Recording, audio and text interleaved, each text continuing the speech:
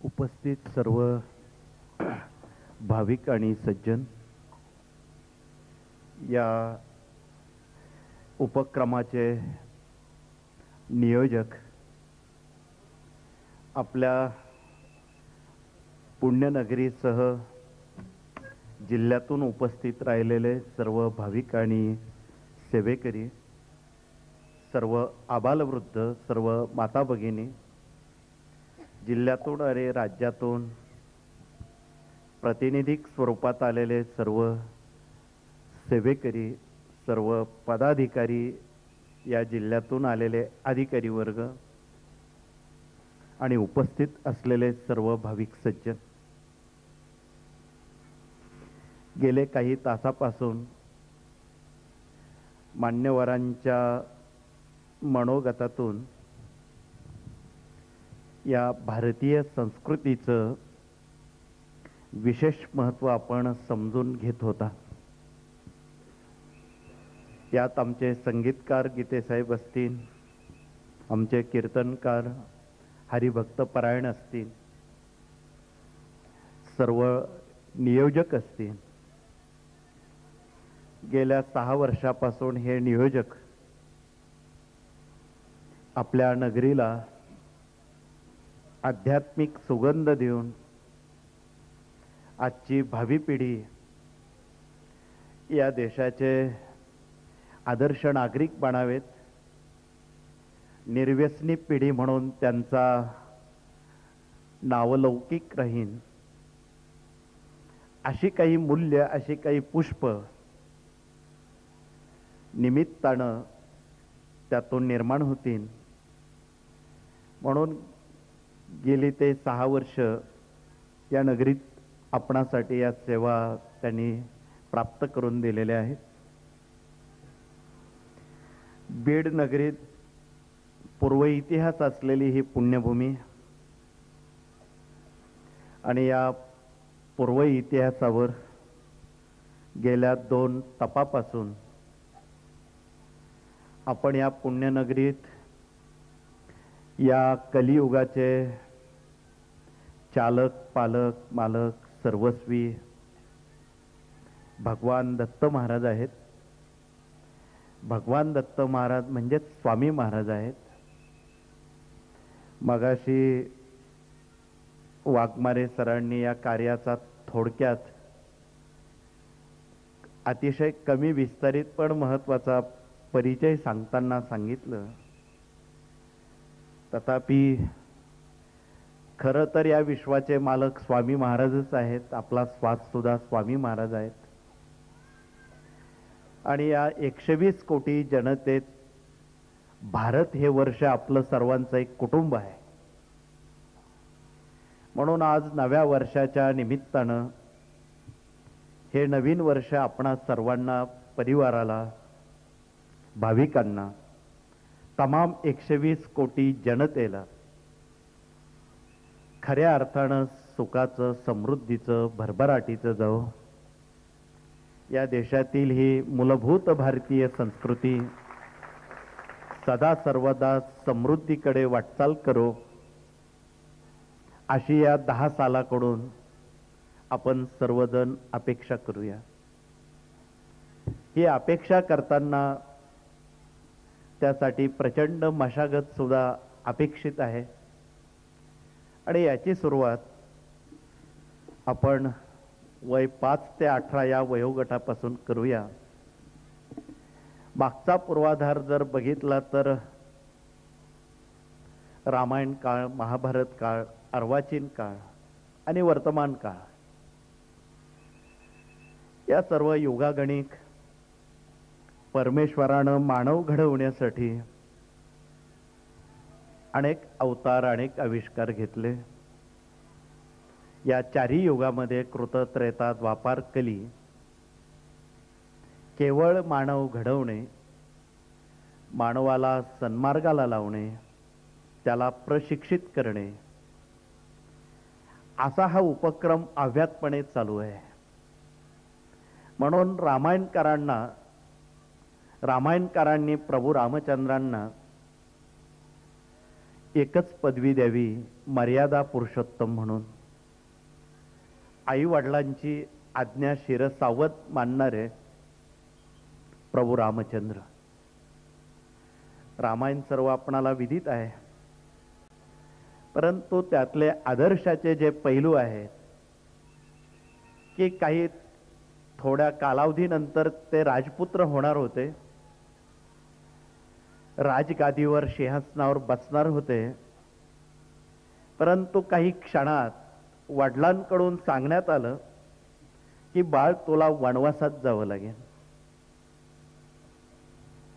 हसत मुखानं खाली मान घालून हे महापुरुष सिंहासनावर न बसता 14 वर्षाच्या वनवासासाठी जाते झाले. आज जर तुम्ही पुढील पिढ्यांना सांगितलं, कॉन्व्हेंटमध्ये शिकणाऱ्या विद्यार्थ्यांना सांगितलं बाळ तुला वनवासात जावं लागेल, परंतु महानगराचा जर आपण सगळ्या देशातल्या महानगरांचा कानोसा घेतला तर ते आई वडिलांना वृद्धाश्रमात पाठवायला कमी करत नाही. हे आजचं युग आहे. द्वापारातही तेच झालं. पुंडलिकासाठी परब्रह्म आलेगा, परंतु महाभारतकारांनी व्यतिरिक्त 26 पदव्या भगवान श्रीकृष्णांच्या चरणावर सुपूर्द केल्या. त्यात आदर्श पुत्र, आदर्श बंधू, आदर्श मित्र, आदर्श पती, आदर्श शत्रू अशा खूप महान अशा पदव्या. मनुष्याच्या जीवनात असा एकही सांदी कोपरा नाही की त्यात भगवान श्रीकृष्ण नाहीत. अशा या विविध पदव्यांची माला भगवान श्रीकृष्णांच्या चरणावर महर्षी व्यासांच्या साक्षीनं ती सुपूर्द करण्यात आली. त्यातला एक झलक, एक क्षण असा आहे. 18 दिवसाच्या महायुद्धात त्यांचा लाडका भाचा तथा लाडका शिष्य सुभद्रा पुत्र अभिमन्यू या 18 दिवसात शत्रूकडून मारला गेला, नियम तोडून. विजयश्री मिळाल्यानंतर देखील या हृदयातल्या संवेदना कमी झाल्या नाहीत. अहो, ज्यांनी स्वतःचा मामा मारला त्यांना स्वतःचा भाचा वाचवता आला नाही, हे मर्म महाभारतकारांनी आपल्यापर्यंत अचूकपणे टिपून ठेवलेलं आहे, दिलेलं आहे. आणि म्हणून यातली जी काही मूल्य आहेत ही नव्या पिढींना जीवनादर्शाचा, शिक्षणाचा भाग म्हणून शिक्षण क्षेत्रात सुद्धा द्यायला हरकत नसावी. अशा या 18 दिवसाच्या महायुद्धामध्ये स्वतःचा भाचा मारला गेला. सर्वात जास्त दुःख आईवडिलांपेक्षाही स्वतः भगवान श्रीकृष्णांना झालं. त्याचं शिक्षण आजी आजोबा तथा वसुदेव देवकीनं केलं. आणि या देशात आज तगायत सगळेच आजी आजोबा आपल्या नातवंडांवर खूप संस्कार करत असतात, खूप जीव लावत असतात. या ठिकाणी बसलेल्या सगळ्या आजी आजोबांना जर तुम्ही विचारलं तुम्ही सगळ्यात जास्त जीव कुणावर लावता, सगळेच आजी आजोबा सांगतील की आमच्या नातवंडांवर. बालपण आणि म्हातारपण हे सारखंच असतं, त्यातून सर्वांनाच जावं लागतं. आणि या पार्श्वभूमीवर या 18 दिवसाच्या महायुद्धामध्ये स्वतःचा शिष्य ते गमावून बसले. युद्ध संपल्यावर, विजयश्री मिळाल्यावर सुद्धा जड पायांनी, जड अंतःकरणांनी ते द्वारका नगरीत, राजधानीत पोचले. आई समोर उभीच होती आणि आई आता नक्कीच आपल्याला विचारेल, माझा नातू कोठे? आईला मी काय उत्तर देऊ? आणि तसंच झालं. पांडवांसवेत ही सर्व मंडळी विजयश्री घेऊन द्वारकेत आल्यावर वयोवृद्ध माता देवकी तिने असं बघितलं आणि तोच प्रश्न भगवान श्रीकृष्णांना विचारला, बाळ तू आलास, पांडव आलेत, माझा नातू कोठे रे? अर्थात विचारलेला प्रश्न फार मर्मस्पर्शी होता, परंतु तो सहज सहज हाताळत आपल्या बोलण्यामुळं, आपल्या चालण्यामुळं, आपल्या कुठल्याही कृतीमुळं आईला वाईट वाटणार नाही, आईचं मन दुखणार नाही, एवढी काळजी वाहणारे भगवान श्रीकृष्णांनी थोडी त्याला बगल देत आईचं समाधान केलं. आई, तुझा नातू त्या युद्ध क्षेत्रावर थोडासा जखमी झालेला आहे, त्याला तलवारी लागलेल्या आहेत शत्रू पक्षाकडून, आणि तो लवकरात लवकर बरा व्हावा म्हणून आम्ही त्याला त्याच्या मित्रांच्या गावी पाठवलेला आहे, आणि तो बरा झाल्यानंतर तो तुला लवकर भेटेन, तू काळजी करू नकोस.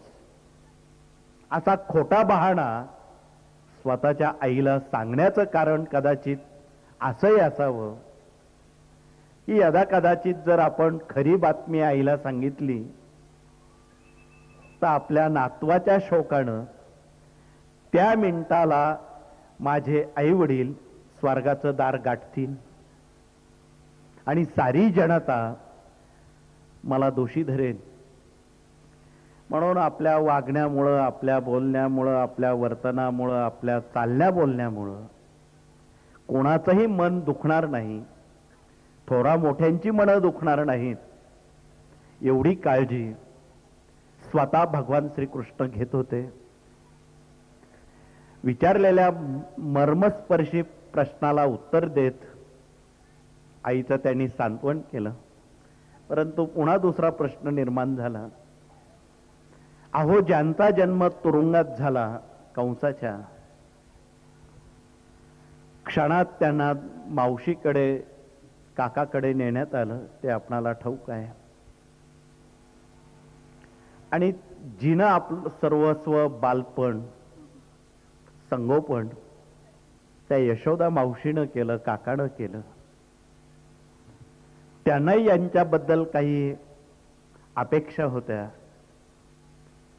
परंतु त्या अपेक्षा भगवान श्रीकृष्ण पूर्ण करू शकले नाही, ही खंत यशोदेलाही होती. वयाच्या 5व्या वर्षी ते सांदीपनी ऋषींच्या आश्रमात विद्यार्थी म्हणून येथे झाले आणि शिक्षण संपल्यावर या देशाचे ते सम्राट झाले आणि या देशाच्या संरक्षणासाठी त्यांना देशभर फिरावं लागलं.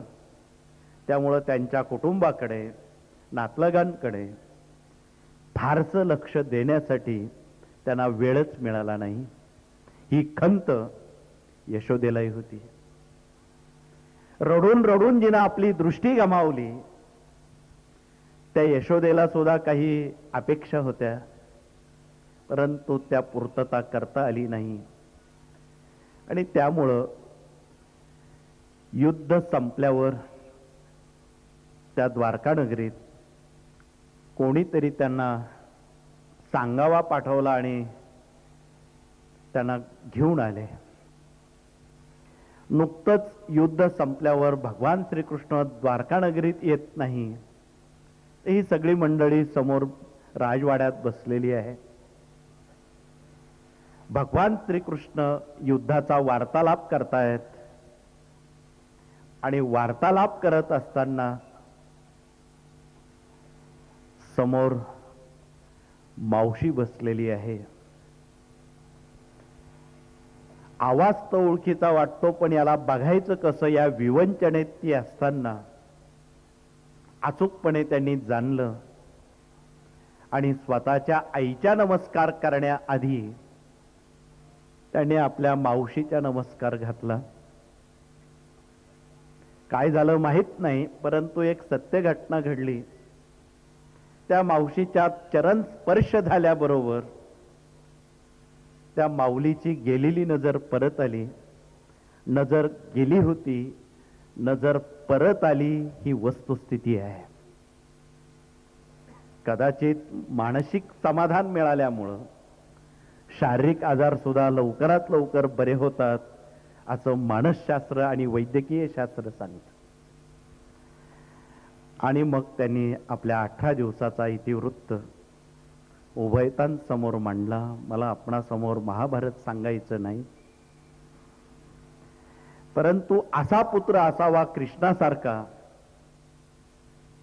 की ज्यानं आपल्या बोलण्यामुळं, वर्तनामुळं, चालण्यामुळं कुठलाही अनर्थ होणार नाही, कोणाचंही मन दुखणार नाही, एवढी काळजी वाहणारा आदर्श पुत्र म्हणून महाभारतकारांनी तथा व्यासांनी असा पुत्र असावा कृष्णासारखा ही पदवी त्यांना चरणाजवळ सुपूर्द केली.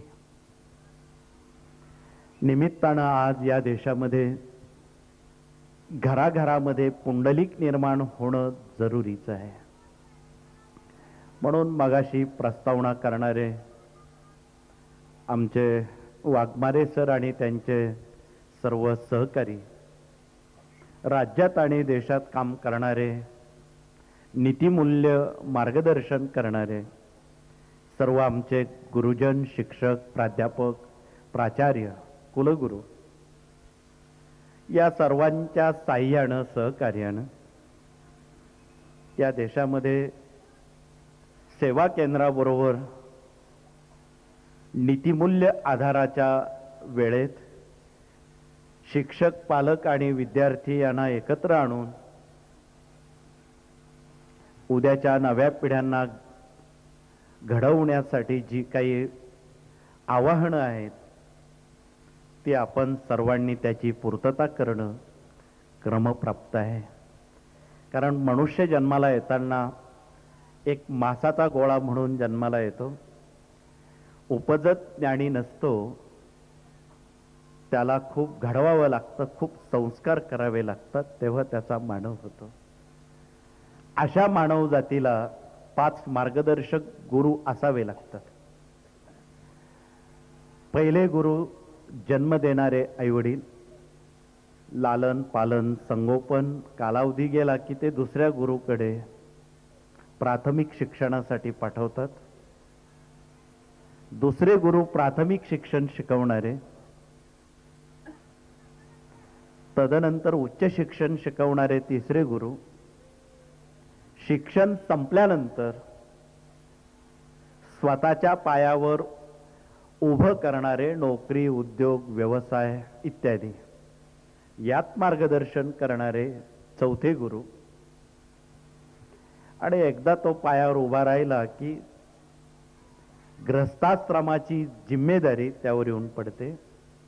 त्यात वैयक्तिक जीवन, कौटुंबिक जीवन, सामाजिक जीवन, आध्यात्मिक आणि राष्ट्रीय जीवन या जीवनांना त्याचा आरंभ होतो. आणि हा भार वाहता वाहता तो थकून जातो. अपेक्षित असलेली मनःशांती काही केल्यानं ती मिळत नाही. आजचा मानव मनःशांतीपासून तसा दूरच आहे आणि मनःशांती नावाची चीज बाजारात काही विकत मिळत नाही. आणि त्यामुळे ही संभ्रमित अवस्था आपल्याच नाही तर जगाची झालेली आहे.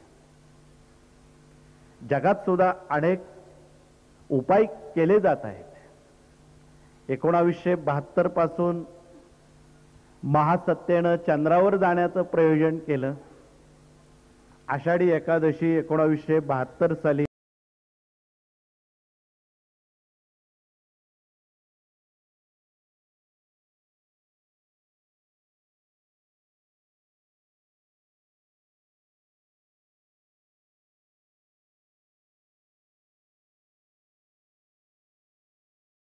साली नील आर्मस्ट्रॉंग नावाची व्यक्ती चंद्रावर गेली. अजूनही ते जात आहेत, परंतु दगड मातीशिवाय दुसरं काही पदरात पडलं नाही. सांगण्याचं तात्पर्य की त्या काळात सुद्धा या देशातली संस्कृती ऋषीमुनींसमोर हे सगळे नवग्रह देवता म्हणून हात जोडून उभे राहायचे. भारतीयांना ग्रहांपर्यंत जाण्याची त्यांनी कधी वेळ येऊ दिली नाही, ही सुद्धा वस्तुस्थिती आहे. म्हणून यामध्ये देशाचं सामर्थ्य, या देशात असलेल्या ऋषीमुनींचं कर्तृत्व, हे किती, याची मूल्य कितपर्यंत पोचली होती, हा सुद्धा एक अभ्यासाचा विषय आहे. असोच, म्हणून आपण आजच्या नव्या युगाला बरोबर घेऊन जाताना या देशातले आमचे सर्व गुरुजन, शिक्षक, सर्व प्राध्यापक, प्राचार्य, कुलगुरू यांच्या ज्ञानाचा लाभ पुंडलिक घडविण्यासाठी होणं गरजेचं आहे.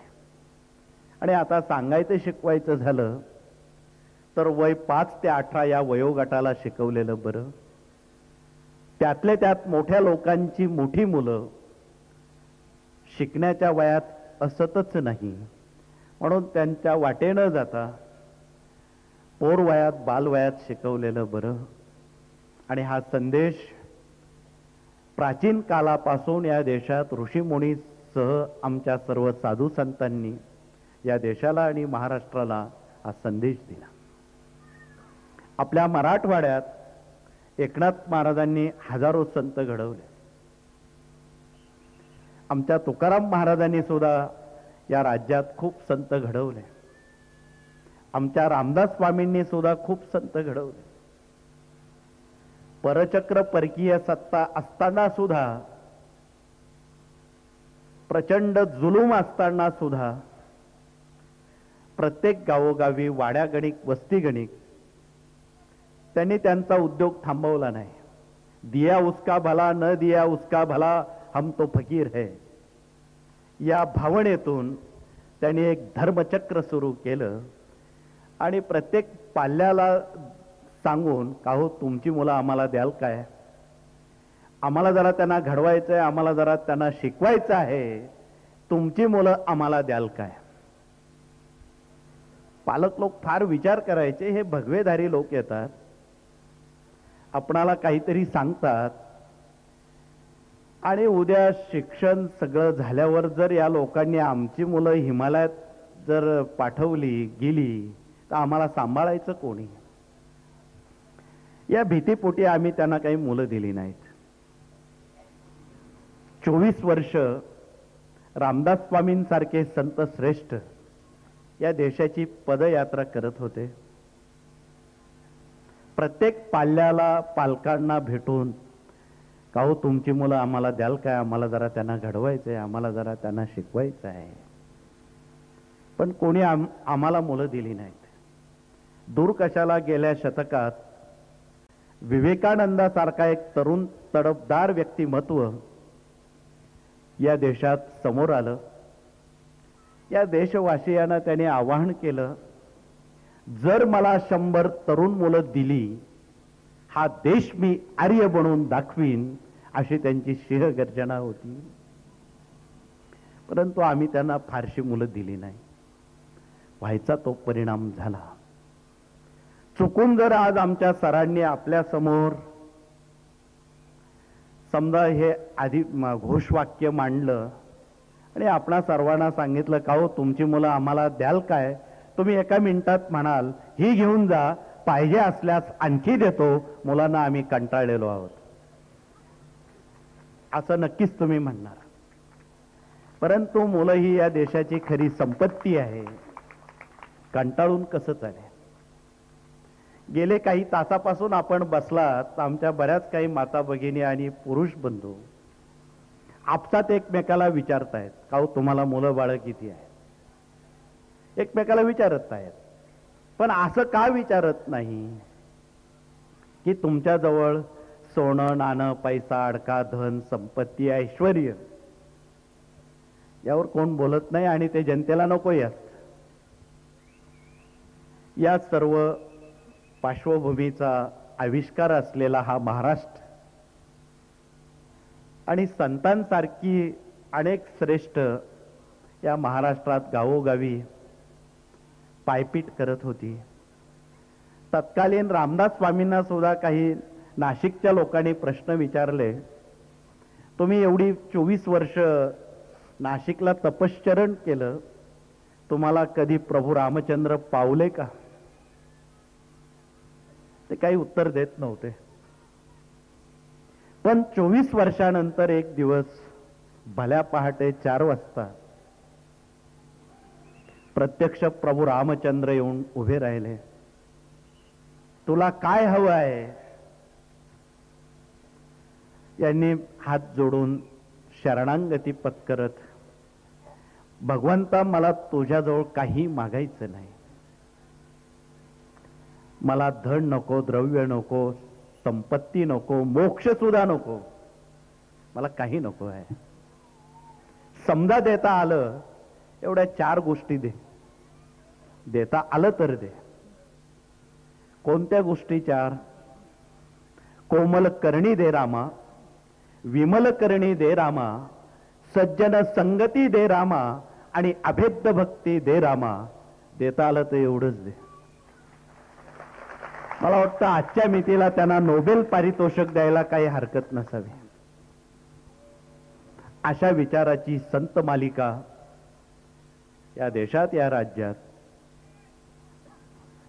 आपल्यापर्यंत त्यांचे विचार पोचले. म्हणून हा महाराष्ट्र खूप भाग्यवान आहे. भारतात जन्म घेणं हे सुद्धा खूप भाग्याची गोष्ट आहे, तर महाराष्ट्र त्यापेक्षा अनेक ताकदभर पुढे आहे. परवा ब्राझीलमध्ये एक खूप मोठा उद्योगपती, काही या देशात काम करणाऱ्या संस्था परदेशात काम करतात, भारतीय संस्कृतीबद्दल खूप चांगले विचार त्याच्या मनापर्यंत त्यांनी पोचवले. त्यानं एक त्याग केला. आपली सर्व संपत्ती, सर्व कारखाने गोरगरिबांना दान करून आज ती ब्राझीलची व्यक्ती हिमालयात गंगाद्वारला आलेली आहे, गंगोत्रीला आलेली आहे. आणि भारतात मृत्यू येणं हे सुद्धा खूप पुण्याची गोष्ट आहे, हे कोणीतरी त्याच्या डोक्यात सांगितलं. आणि ती व्यक्ती आज त्या ठिकाणी थंडीत बर्फात परडकुटीत राहते. भारतीय संस्कृतीची तो सेवा करतो आहे. डोक्यात एकच, भारतात मृत्यू होणं हे सुद्धा पुण्याची गोष्ट आहे, हे कोणीतरी डोक्यात विचार टाकलेले आहे. सज्जन हो, आपण या महाराष्ट्रामध्ये जन्माला आलोय, भारतात जन्माला आलोय. भारतात जन्म घेणं हे सुद्धा पुण्याची गोष्ट तर आहेच. महाराष्ट्रात जन्म घेणं अजून हातभर पुण्य असणारा हा महाराष्ट्र प्रदेश आहे. म्हणून याला महाराष्ट्र म्हणतात. देशाच्या हृदयस्थानी असलेला हा महाराष्ट्र आहे. म्हणून सगळे देव, सगळे ऋषी मुनी या महाराष्ट्रात आले. अयोध्येहून प्रभू रामचंद्र आले, द्वारकेहून भगवान श्रीकृष्ण आले, दत्तात्रेय आले, देवी आली, खंडोबा आले. आणि आपल्या महाराष्ट्रात भगवान शिवाला सुद्धा आवरेना म्हणून 5 ज्योतिर्लिंग सुद्धा महाराष्ट्रात आहेत. त्यात मराठवाड्यात 3 आहेत. हे सगळे आपल्या सेवेसाठी, आशीर्वादासाठी ते आपल्या पाठीशी उभे आहेत. अशा या सुजलाम सुफलाम प्रांतामध्ये आपण वास्तव्य करणारे महापुण्यवान हे महाराष्ट्रीयन लोक आहेत. चुकून आपला जन्म समजा बिहारमध्ये झाला असता तर काय झालं असतं? म्हणजेच आपणाला तुलना करायची नाही, परंतु वस्तुस्थिती या महाराष्ट्राची वेगळी आहे. असोत, तर अशा पद्धतीनं या महाराष्ट्रामध्ये वास्तव्य करणारी माणसं कर्तुमा अन्यथा कर्तुम आहेत. महाराष्ट्राला सगळेच लोक नावं ठेवतात उत्तर भारतात. या कसला देश? दगडधोंड्यांचा देश आहे. जरी दगडधोंड्यांचा देश असला, परंतु त्यांच्या डोक्यामध्ये दगडधोंडे नाहीत, सुपीक विचारसरणी आहे. हे विसरून चालणार नाही. तर अशा या उज्ज्वल परंपरा असलेल्या या प्रदेशामध्ये सारे देव, सारे ऋषी मुनी या देशात येते झाले.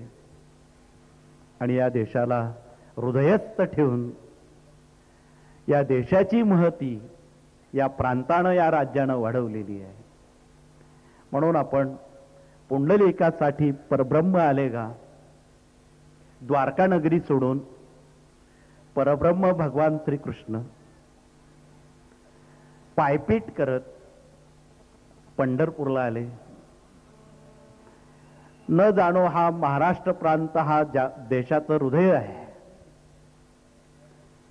मातृदेवो भव, पितृदेवो भव, अतिथी देवो भव, राष्ट्रदेवो भव या सर्व संकल्पना या देशात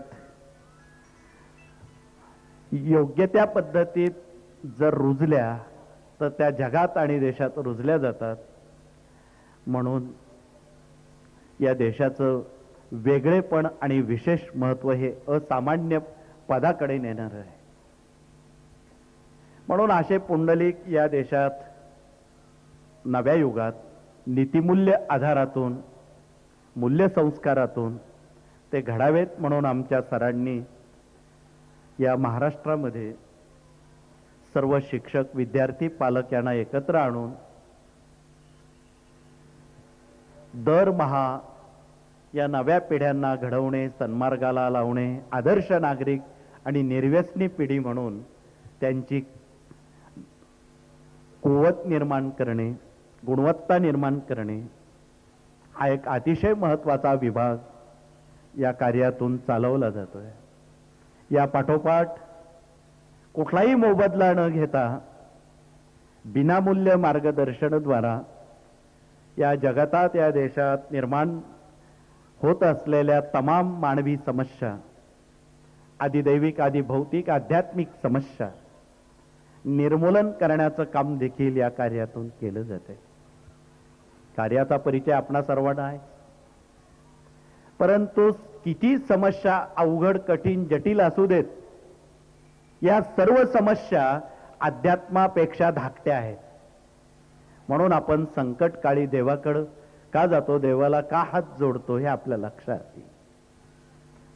तथापि समस्यांची स्वरूप खूप मोठी आहेत. मुलं हट्टपणा करणे, शिक्षणात अपयश, नोकरी न मिळणे, व्यवसाय न चालणे, शेती न पिकणे, कुटुंबात ताणतणाव, भांडणं,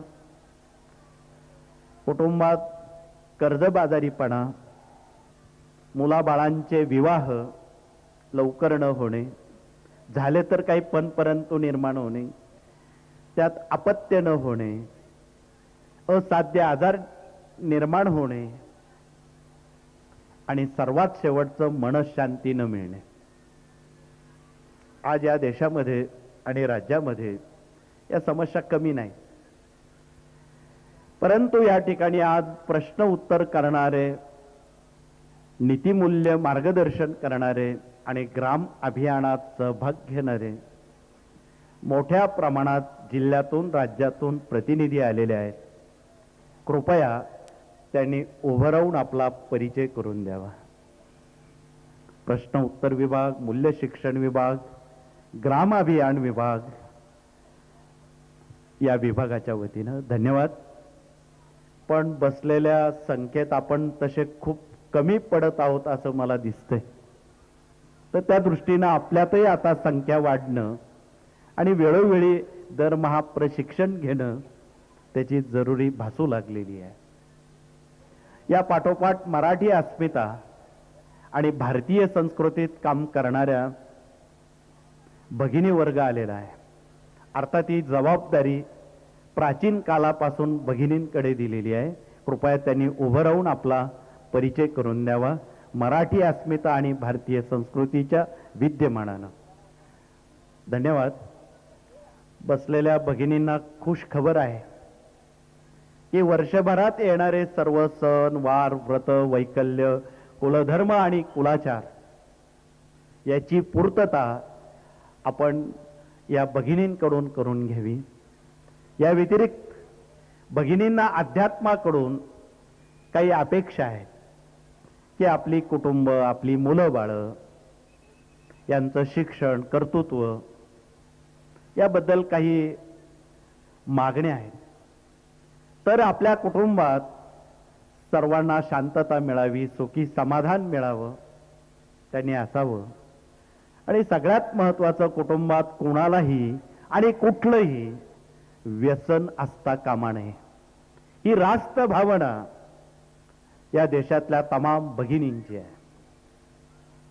आपण कदाचित सहमत असाल यात दुमत नाही, परंतु व्यसनबंदीचा सोपा दवा, ते धूम्रपान असेल, मद्यपान असेल आणि काही व्यसन असतील, यावर 100% रामबाण इलाज आमच्या भगिनींकडे दिलेला आहे. सर्व भगिनींनी आमच्या या भगिनींकडून तो दवा मोफत घेऊन जावा. तो दवा तुमच्याच घरी आहे, परंतु समजून घ्यावा. तुझे आहे तुझं पाशी, जागा चुकलाशी. म्हणून व्यसनबंदी, मगाशी सरांनी प्रस्तावनेत सांगितलं, या कार्यातून एक खूप मोठी चळवळ व्यसनबंदीची आमचा भगिनी वर्ग करतोय. आणि ही चळवळ प्रतिमाह 10,000च्या वर व्यसनाधीन लोकांची व्यसनं बंद करतायत. सरकार तर त्यावर चालायला लागलेलं आहे, सगळं आपणाला ठाऊक आहे. परंतु सरकार आता धान्याचं सुद्धा मद्य करायला लागलेलं आहे. म्हणजे धान्य सुद्धा खाऊ नका, मद्य प्या, या उलट प्रचार सरकार म्हणवणारं आईबाप असं वागलं तर या देशाची काय अवस्था होईल हे आपणाला ठाऊक आहे. परंतु ही बाब योग्य नाही. तेव्हा या विचारापासून, या कृतीपासून, या संस्कृतीचं, या देशाचं आणि राज्याचं सर्वार्थानं संरक्षण होण्यासाठी आपली कडी नजर यावर असणं जरुरीचं आहे. म्हणून यासाठी हा सर्व खटाटोप आणि अट्टहास या कार्यातून सातत्यानं केला जातो. मराठी अस्मितेअंतर्गत सामाजिक सद्भावना यात खूप जोपासलेल्या आहेत. कुलधर्म, कुलाचार आहेत, व्रतवैकल्य आहेत. विद्यार्थ्यांनी अभ्यास कसा करावा, कुठल्या दिशेला तोंड करून करावा, गुणवत्तेकडे आणण्यासाठी काय करावं, सोन्या नाण्यानं मुलामुलींची उद्या आपणाला विवाह करावे लागणार आहेत. देशात आणि राज्यात वाढत्या आत्महत्या लक्षात घेऊन त्याची कारणं तुम्हा सर्वांना माहीत आहे. ऋण काढून सण करणे हे एक व्यसन आहे. आणि या व्यसनामुळं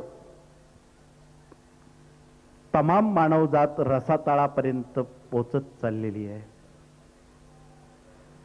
एखाद्या उद्योगपतीनं गावात मुलाचं किंवा मुलीचं विवाह थाटात पार पाडला, प्रेषक लोक सुद्धा त्याचं अनुकरण करतात.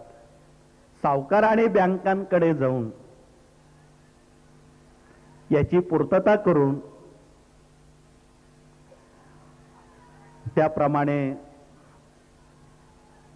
त्याची पूर्तता जर झाली नाही तर मग पेपरच्या पहिल्या पानावर सगळ्या बातम्या येतात, तुम्हाला ठाऊक आहे.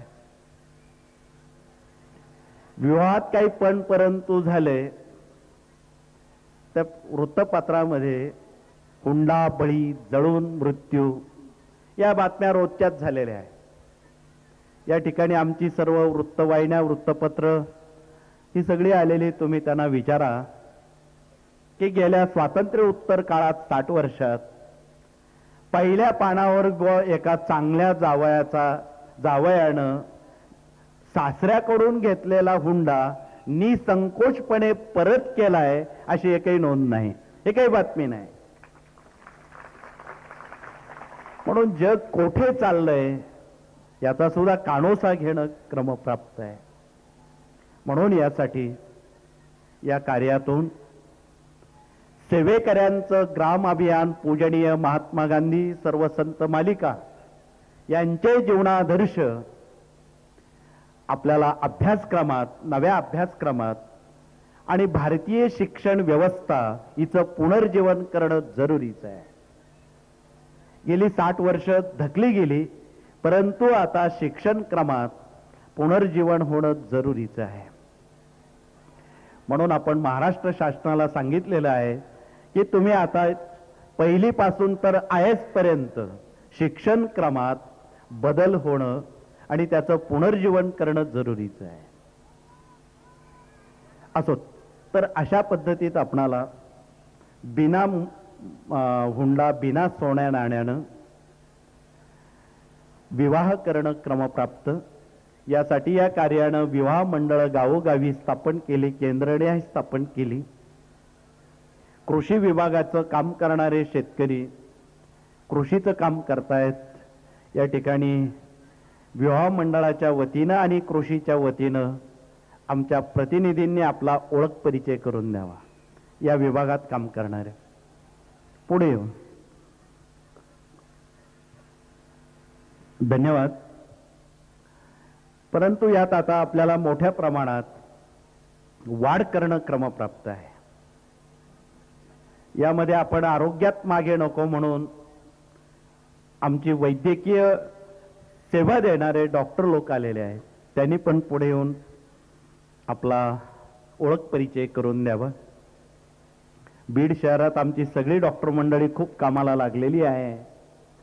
त्यांनी जागेवर उभं राहून किंवा पुढे येऊन परिचय करून द्यावा.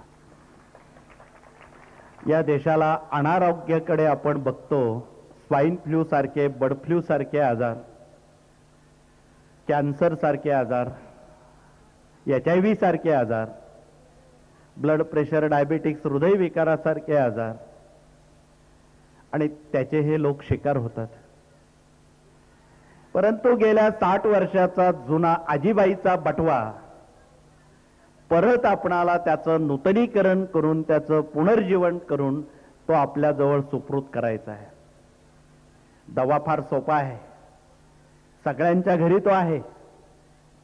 अगदी हृदयविकार कसाही असो, दवा तुमच्या घरात आहे. एक लसूण पाकळी आणि काळा मिरा हृदयविकार येऊच देत नाही. म्हणून त्याच्या गोळ्या बनवणं किंवा पालेभाज्यातून त्याचा विशेष वापर करणं, साठलेलं रक्त किंवा गोठलेलं रक्त पातळ करून ते अभिसरणात करण्याची क्रिया लसूण आणि काळा मिरा करतो. पूर्वी जर्मनमधून 5,000 रुपयाचे इंजेक्शन्स मागवले जात असत. आजही मागवले जातात. त्यात लसणाचा अर्क असतो. ये दुनिया झुकती है, झुकाने वाले चाहिए असं म्हणायला हरकत नाही. म्हणून आपण तुझे आहे तुझं पाशी जागा चुकलाशी, तर याचा वापर आपण आजीबाईच्या बटव्यातून पूर्वी सर्व शेतकरी वर्गात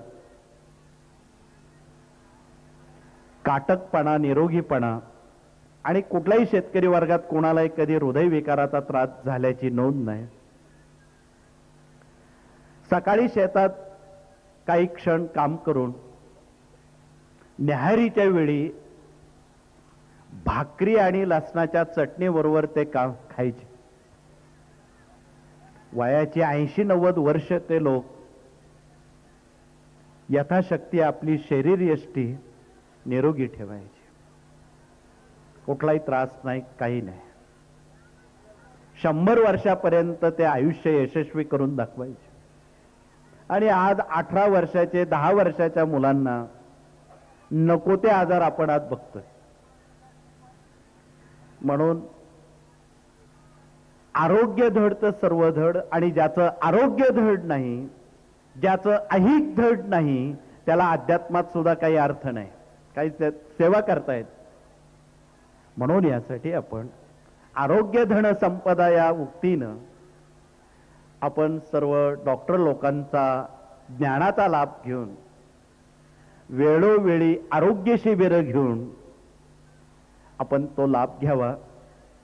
अगदी हृदयविकारासह ब्लड प्रेशर ज्यांना त्रास होत असेल, दुधी भोपळा अर्धा कप रस अन्नाच्या पोटी घेतला तर ब्लड प्रेशरचा त्रास थांबतो. HIV सारखे आजार कडुनिंबाचा पाला आणि गाईचं गोमूत्र याच्या काढ्यानं थांबतात. कॅन्सर सारखे आजार रानभिंडीची मुळी मधात घासून घेतल्यास 100% कॅन्सर बरा करता येतो घरचे घरी. वाटतं यासाठी कुठलीही आर्थिक तरतूद नाही आणि नसावी. आणि तो दुवा देणाऱ्यांना पुष्कळ झाला. म्हणून आपण या सोप्या पद्धतीचा दवा वरील रुग्ण तथा मुमुक्षूंपर्यंत पोहोचवणं ही आपली नैतिक जबाबदारी आहे. म्हणून वृक्षवल्लरी आम्हा सोयरे बा वंचरी हे तुकाराम महाराजांनी कोणासाठी सांगितलेलं आहे.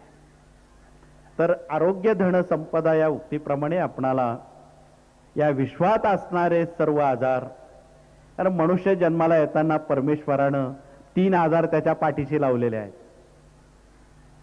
कफ, वात आणि पित्त. या 3 आजाराचा सामना त्याला आयुष्यभर करावा लागतो. वात विकृत लोकांनी वरचे पदार्थ टाळावेत. त्यात वांगी, वालवड, वाटाणा यांचा समावेश आहे. तर कफजन्य शीतपेय, केळी, सीताफळी, सफरचंद सारखी पदार्थ टाळावेत. दुधाचा घट्ट चहा टाळावा, त्यानं त्वरित कफ होतो. तर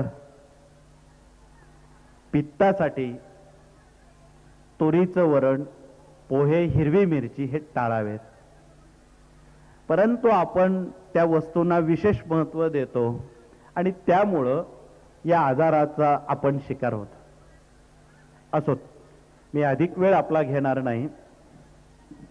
पाठीमागे काही मुलं गडबड करतायत, संयोजकांनी त्यांना शांत करावं. तर अशा पद्धतीत आपण आरोग्य धन संपदा हा एक खूप महत्त्वाचा विषय सर्वांच्या हितासाठी आहे. तर यासाठी स्थापत्य विभाग सुद्धा आमचा मागे नाही. या ठिकाणी आमचे इंजिनियर, आर्किटेक्ट लोक आलेले आहेत.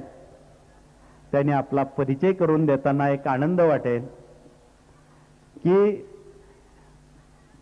आपण अन्न, वस्त्र, निवारा या बाबी खूप महत्त्वाच्या आहेत. धन्यवाद.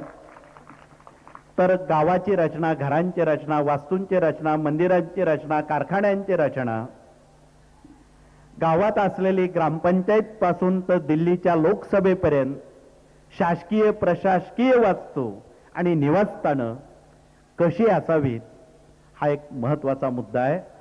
आणि कुठल्याही प्रकारे तोडफोड न करता 1 रुपयाची सुद्धा आहे त्यामध्ये, त्यावर उपाययोजनेद्वारे त्यात सतत ऊर्जा निर्मितीचं काम या कार्यातून पिरॅमिडद्वारा, मिररद्वारा तथा आरशाच्या माध्यमातून तथा रंगसंगतीच्या माध्यमातून, इलेक्ट्रिक तथा इलेक्ट्रॉनिक उपकरणातून तथा तांब्याच्या तारीतून ऊर्जा निर्मितीचं काम अतिशय सोप्या पद्धतीत त्या ठिकाणी ऊर्जा निर्माण करण्याचं सोपे हे उपाय आहेत.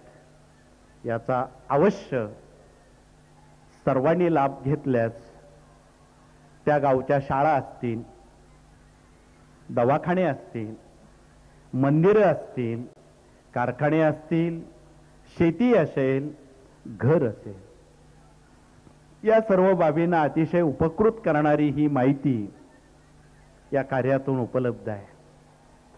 या पाठोपाठ या ठिकाणी आमच्या काही न्यायदेवता आणि वकील लोक आलेले आहेत.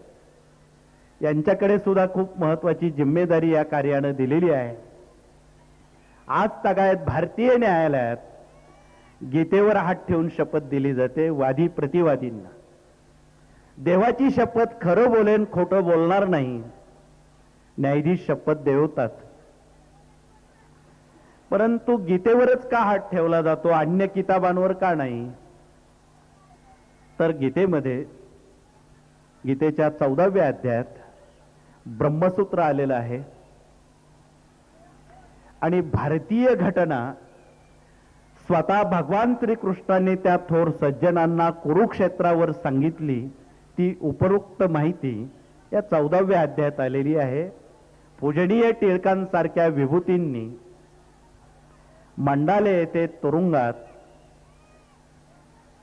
6 वर्षाच्या कालावधीत याचं सूत्र भारतीयांपर्यंत त्याचा खुलासा केलेला आहे. म्हणून आपण गीतेवर हात का ठेवतो तर Indian Pinal code, IPC, CPC, criminal process या सर्व घटना गीतेतून आलेल्या आहेत. म्हणून गीतेवर आपण हात ठेवतो.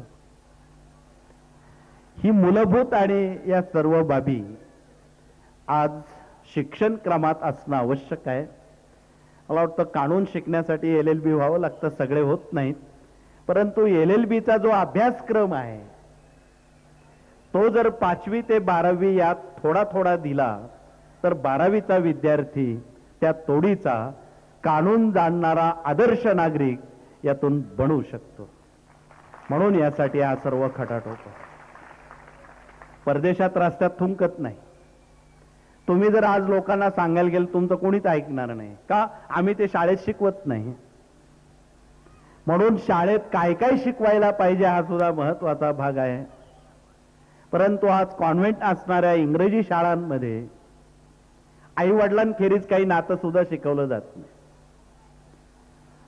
आणि त्यामुळे त्याचा दुष्परिणाम उद्या काय होईल याचा भरोसा नाही. पूर्वी एकत्र कुटुंब पद्धतीत चुलते, काके, काका, मामा, मावशी, आत्या यांच्या भूमिका काय आहेत हे सर्वांना ठाऊक होतं. आज सोयीस्कररित्या या सर्व बाबींचा विसर पडलेला आहे. आणि त्यामुळं एकत्र कुटुंब पद्धती, सामुदायिक सहजीवन हे नष्ट होण्याच्या मार्गावर आहे. शहरामध्ये एका सेक्टरमध्ये शेकडो कुटुंब राहतात, पण शेजारी कोण राहतं हेच आम्हाला माहित नाही. थोडीफार भारतीय संस्कृती खेड्यामध्ये जिवंत आहे. म्हणून पूजनीय महात्मा गांधी सांगायचे, तुम्ही खेड्यात जा. खेड्यामध्ये एखादी वृद्ध व्यक्ती एखाद्या गल्लीत जरी बसली, कोणी नवखा माणूस आला, त्याची विचारणा केली जात होती. बाबा तो कुठला, काय, कोणाकडे आला. विचारपूस केल्यामुळं संभाव्य घडणारे उपद्रव टळले जात होते. आज शेजारी खून होतात तर कोणाला माहित नाही. या सर्व बाबी हा असमतोल कारणीभूत आहे. आणि त्यामुळं आज या देशाला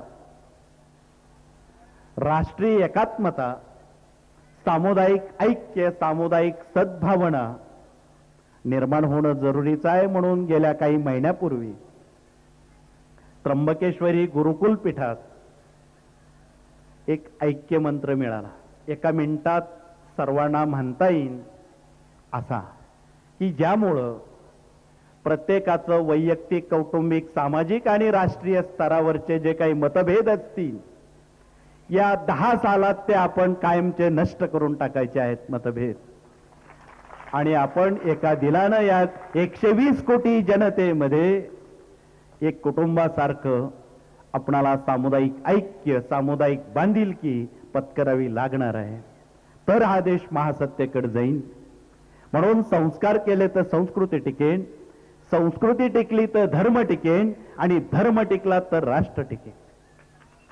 यासाठी हा सर्व प्रयत्न आहे. परत काही चांगल्या बातम्या या कार्याकडे आहेत.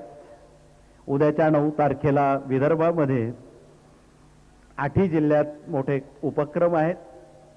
त्यात चांदूर या गावी सगळ्या मुसलमान बंधूंनी गेल्या महिन्यापासून माझ्याकडे खूप येणं केलं की तुम्ही इतरांचे सगळ्यांचे मेळावे घेताना आमचा का घेत नाही. आम्ही त्यांना हो म्हणून सांगितलं. आणि हो म्हणण्याचं कारण असं, गेल्या 25 वर्षात कोल्हापूर सारख्या नगरीत त्या ठिकाणी केंद्राचं काम करणारे सय्यद खान पठाण आहेत. अजून तो कुठल्याही व्यसनाला शिवलेला नाही, बाटलेला नाही. अशी चांगली माणसं या देशात आहेत. म्हणून त्यांनी अतिशय करून प्रार्थना करून त्या ठिकाणी या देशातले अनेक तत्ववेते, अनेक धर्मगुरू 9 तारखेला चांदूर येथे येणार आहेत.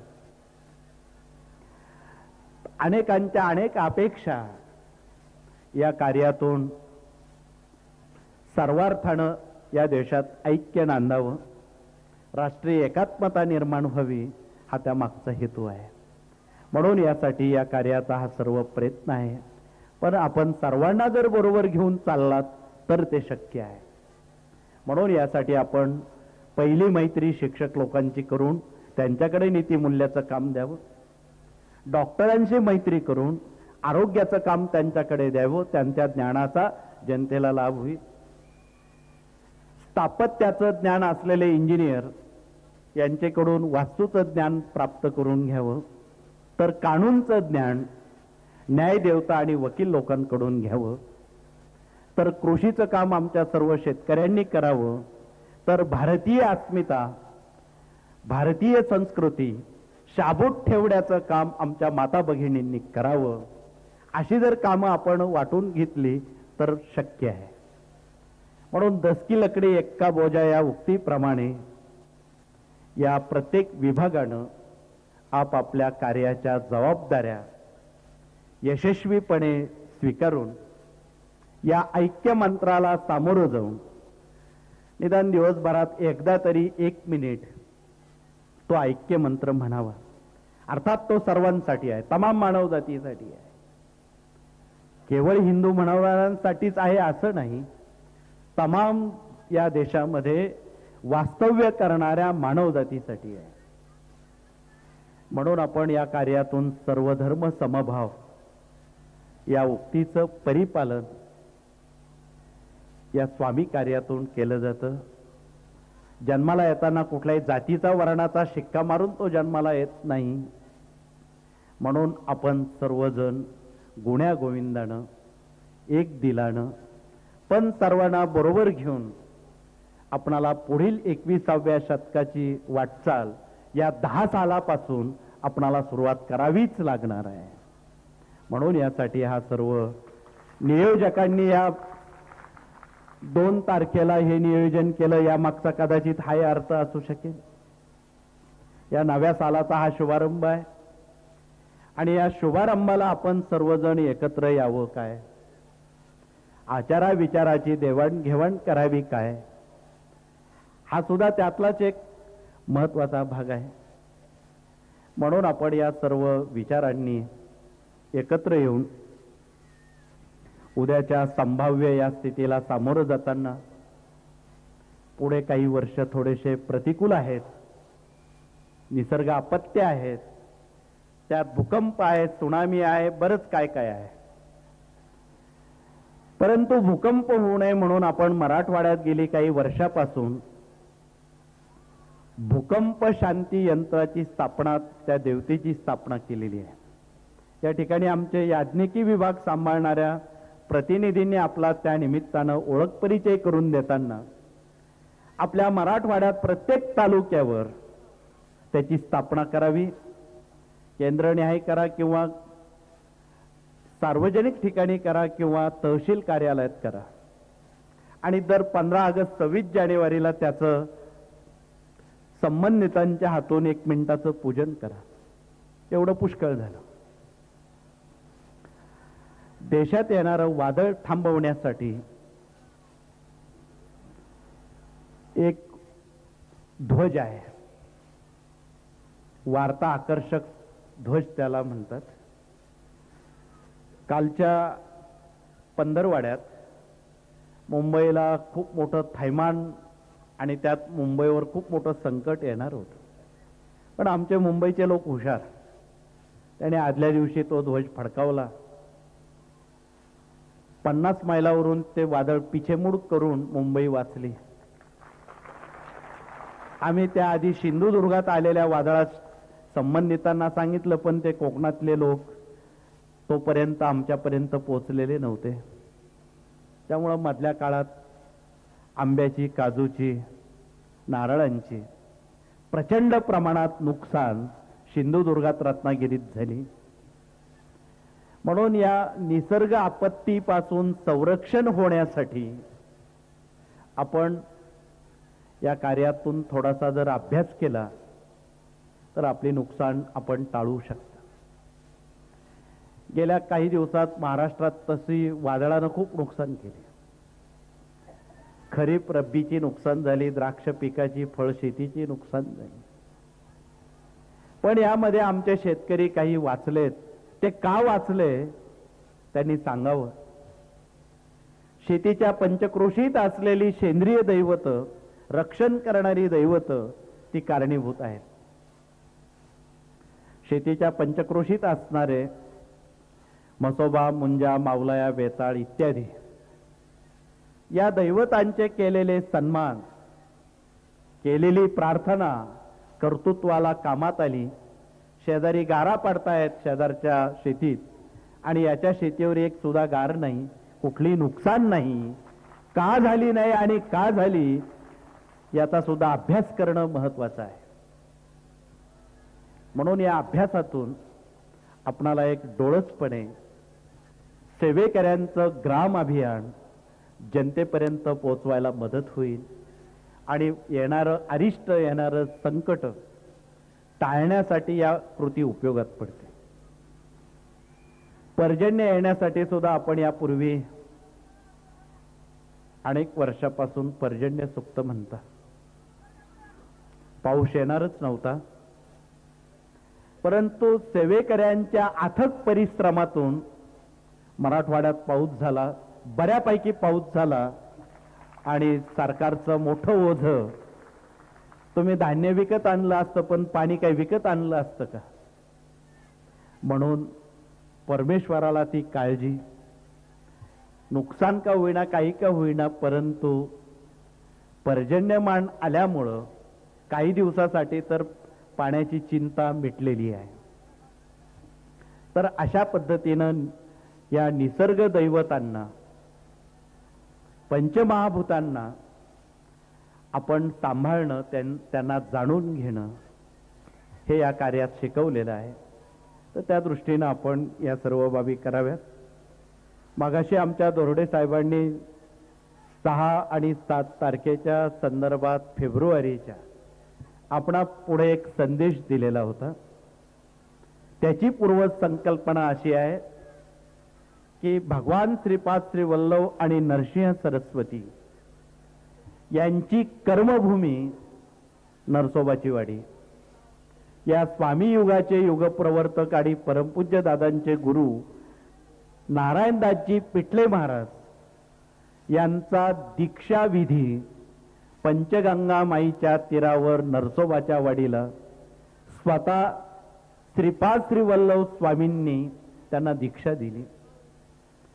खरं तर हा सोहळा आपण गेल्या पूर्वीच करायला हवा होता, परंतु अवधानामुळं त्याला उशीर होतोय. अत्यंत रमणीय अशा कृष्णामाईच्या कुशीत हे रमणीय स्थान आहे. आपण बघितलं असेल किंवा नसेल, परंतु आपण जर त्या ठिकाणाला भेट दिली तर असं वाटेल घरी जाणंच नको, इथेच थांबावं, इतकं रमणीय आहे. एवढ्या रमणीय स्थानात आध्यात्मिक ऊर्जा ती आपणाला हयात पुरून उरेल एवढं त्याचं सामर्थ्य आहे. असो तर अशा पद्धतीत आपणाला या सर्व संदेशांचं आपण याचं ऐक्य, या संदेशांचं पालन यासाठी आज आपण सर्वजण उपस्थित राहिलात.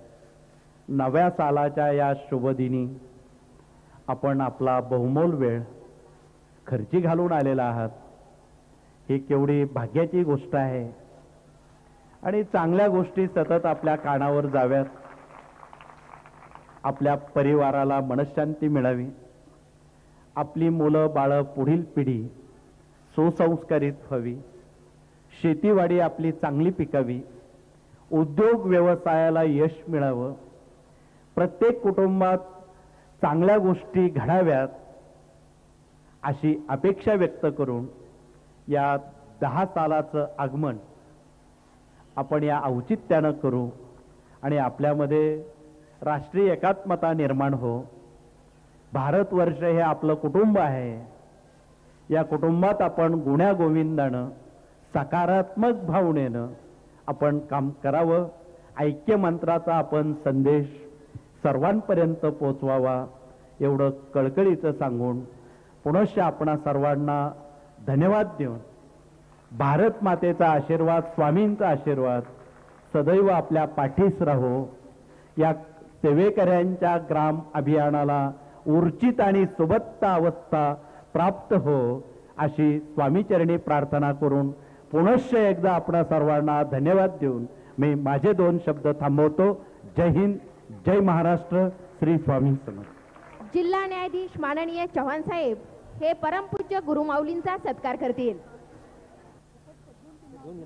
त्यानंतर माननीय नामदार सुरेशजी नवले बीडचे आमदार यांचे बंधू माननीय चंद्रकांतजी नवले हे देखील परमपूज्य माऊलींचा सत्कार करतील. सर्व सेवेकऱ्यांना नम्र विनंती आहे, सर्वांनी शांततेत आपापल्या ठिकाणी बसून घ्यावं. या कीर्तन महोत्सवात योग विज्ञान शिबिराचे आयोजन करणारे पतंजली योग समिती बीडचे जिल्हा उपाध्यक्ष माननीय रत्नाकरजी कुलकर्णी हे देखील परमपूज्य गुरुमाऊलींचा सत्कार करतील. आलेल्या सर्व सेवेकऱ्यांना नम्र विनंती आहे, सर्वांनी शिस्तबद्ध राहून आपापल्या ठिकाणी स्थानापन्न व्हावं. जय जय स्वामी समर्था, जय जय गुरु माऊली, तुम्हा वंदन त्रिवार, तव भक्तीचे हृदयी वाहती अखंड निर्धार. आलेल्या सर्व सेवेकऱ्यांना नम्र विनंती आहे, सर्वांनी आपापल्या ठिकाणी शांततेत स्थानापन्न व्हायचे.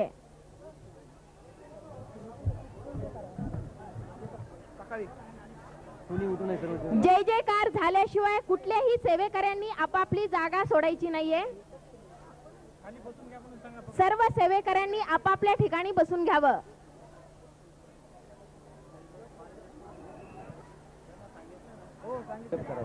सर्व सेवेकऱ्यांनी मनातल्या मनात श्री स्वामी समर्थ या मंत्राचा एक माळ जप करावा.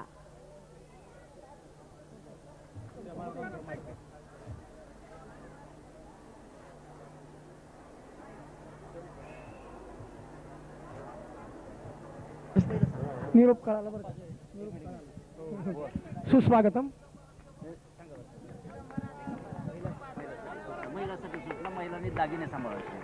महिलांसाठी विशेष सूचना आहे, सर्वांनी आपापले दागिने कसे व्यवस्थित राहतील याची दक्षता घ्यावी आणि सर्वांनी दिगंबरा दिगंबरा या मंत्राचा जप सुरू करावा. दिगंबरा दिगंबरा श्रीपाद वल्लभ दिगंबरा, दिगंबरा दिगंबरा श्रीपाद वल्लभ दिगंबरा, दिगंबरा दिगंबरा श्रीपाद वल्लभ दिगंबरा, दिगंबरा दिगंबरा श्रीपाद वल्लभ दिगंबरा, दिगंबरा दिगंबरा श्रीपाद वल्लभ दिगंबरा, दिगंबरा दिगंबरा श्रीपाद वल्लभ दिगंबरा, दिगंबरा दिगंबरा श्रीपाद वल्लभ दिगंबरा, दिगंबरा दिगंबरा श्रीपाद वल्लभ दिगंबरा, दिगंबरा दिगंबरा श्रीपाद वल्लभ दिगंबरा, दिगंबरा दिगंबरा श्रीपाद वल्लभ दिगंबरा, दिगंबरा दिगंबरा श्रीपाद वल्लभ दिगंबरा, दिगंबरा दिगंबरा श्रीपाद वल्लभ दिगंबरा, दिगंबरा दिगंबरा श्रीपाद वल्लभ दिगंबरा. श्री